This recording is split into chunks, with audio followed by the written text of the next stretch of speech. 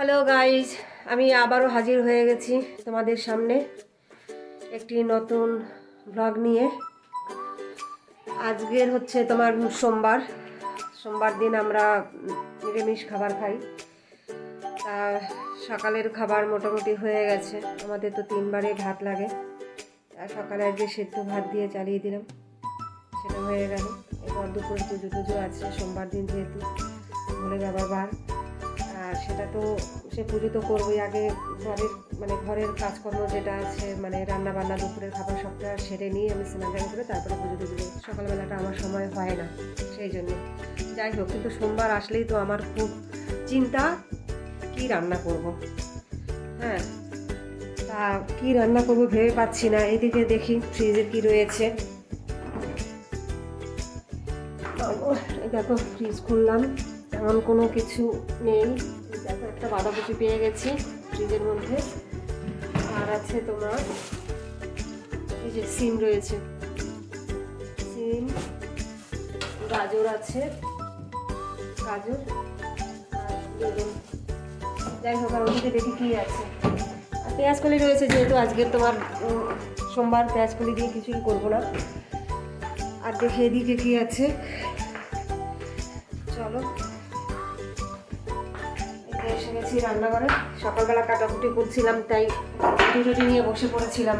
এই যে আছে ফুলকপি, এইটুকুই ফুলকপি রয়েছে। দেখো, আলো পড়ছে বলে ভালো মতো ছবিটা পরিষ্কার দেখা যাচ্ছে না। আর সাদা রঙের একটা ফুলকপি বানাতে না, সাদা সাদা কালার হতো যেটা, ওইটা ফুলকপির কোরমা বলে হয় ওটাকে। ওটাই বানাও? ছেলে বললো ফুলকপির কোরমা বানাতে, নিরামিষ যেহেতু আজকের, ওটা ওরা খুব ভালো খায়। তা যদি ফুলকপির কোরমা বানায়, রেসিপিটা আমি তোমাদের সঙ্গে শেয়ার করব। আমার শর্টসে সব রেসিপি দেওয়া থাকে, তোমরা সেখান থেকে দেখে নিও। খুবই দুর্দান্ত খেতে হয় এই ফুলকপির কোরমা। আমরা মাঝে মধ্যে বানিয়ে খাই।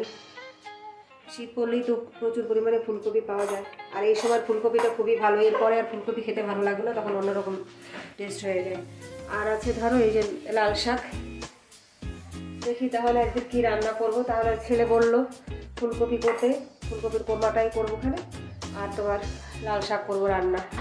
সোমবার দিন এইভাবেই চলবে। ও যাই হোক, আর তোমার ধরো এই যে লাউয়ের যে সামনের মাথার দিকটা ছিল, সেইটা আমি বড় বড় করে কেটে রেখেছি।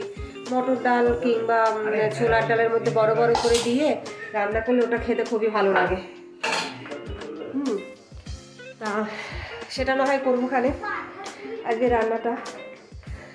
যেহেতু সোমবার, আমার ছোটোখাটো ঠাকুর ঘর রয়েছে। আমি খুব যে বড় করে খুব সুন্দর সাজিয়ে নিয়েছি সেরকম না, আমি যেমন পারি আর কি, আমার যেমন সামর্থ্য অনুযায়ী আমি সেরকম আমার ঠাকুর ঘরটা আমি করে নিয়েছি। ঠাকুর ঘর বলতে ভুল হবে, ঘরটা বড়ই। ওর বাবা যেহেতু টিউশনি করা, সেই এই ঘরটার মধ্যে। ঘরটা তো দেখিয়ে দিই, অনেকটা বড় আছে এই ঘরটা। দেখো, এই যে অনেক বড় ঘর এসেছি।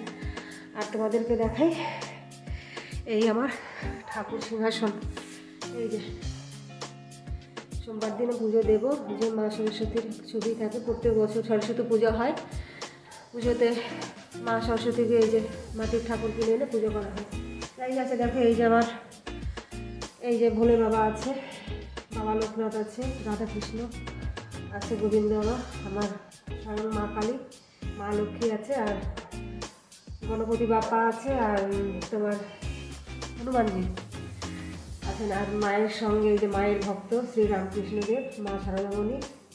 আর এই যে ইনি, এই যে দেখো, তোমাদেরকে একটু দেখাই। এনাকে আমার বাবু, ছোটো বাবু, ঘরের উপরে অনেকটা পাথর ফেলা ছিল। হ্যাঁ, পাথর টাইলসের যে ছোটো টুকরোগুলো থাকে না, সেগুলো ছিল ফেলা, তার মধ্যে ইনি ছিলেন। এখন আমি জানি না ইনি সত্যি নারায়ণ শিলা কিনা, আমি কিছু বুঝতে পারছি না, সেইরকমই দেখতে লাগছিল। আর ও ছোটো ছেলে, ওনাকে নিয়ে বেশ হাতে নিয়ে সেই ছোটো পাথরের টুকরো থাকলে যা করে না, সেগুলো নিয়ে ওরা যেরকম খেলতে থাকে সেরকম খেলছিল। তা আমি কদিন দেখে আমার কীরকম একটা যেন মনে হলো, ঠিক ওরকম দেখতে লাগে নারায়ণ শিলার মতো। আমি ছেলেকে বললাম, তুই ধুয়ে নিয়ে এসে তারপর থেকে ওনাকে আমি এইভাবে বসিয়ে রেখেছি। আমি এখনও কোনো ব্রাহ্মণকে দেখাতে পারিনি সত্যি উনি নারায়ণ শিলা কিনা। যাই হোক, আমার মন বলছিল, তাই আমার মনে যেটুকু ভাবনা আসছিল সেই ভাবনা থেকে আমি ওনাকে বসিয়ে রেখেছি। যখন কোনো ব্রাহ্মণকে দেখাবো উনি ঠিক দেখে বলে দেবেন। আর দেখো সেই থেকে উনি রয়েছেন এখানে, আমার ছেলেরা যখন পুজো দেয় ওনাকে একটু তুলসী পাতা দিয়ে ফুল দিয়ে পুজো দিয়ে যাই হোক। আর এই আমার পাশে আছে দেখো বৈভবী মা লক্ষ্মী।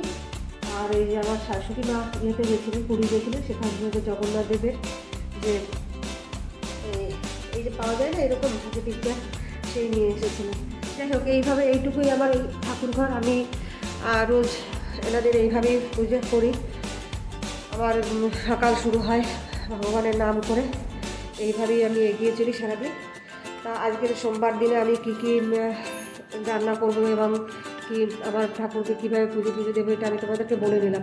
কোনো একটা এপিসোডে বা কোনো একটা ভিডিওতে আমি বলে দেবো আমি ঠিক কীভাবে পুজো করি, তোমাদেরকে আমি সেগুলো শেয়ার করবো। আমার এই ছোট্ট ভিডিওটা যদি তোমাদের ভালো লেগে থাকে তাহলে 2 সেকেন্ড সময় নষ্ট করে প্লিজ বন্ধুরা চ্যানেলটা সাবস্ক্রাইব করে দিও, তাহলে আমি নতুন নতুন ভিডিও দিতে আরও উৎসাহ পাবো। ঠিক আছে, তাহলে আজকের আর বেশি কিছু বলবো না, আজকের ব্লগটা আমি এখানেই শেষ করি। পরবর্তী ব্লগে তোমাদের সাথে আবার আমার দেখা হবে। ঠিক আছে, তাহলে আমি এখন রান্না বান্না করি। টাটা।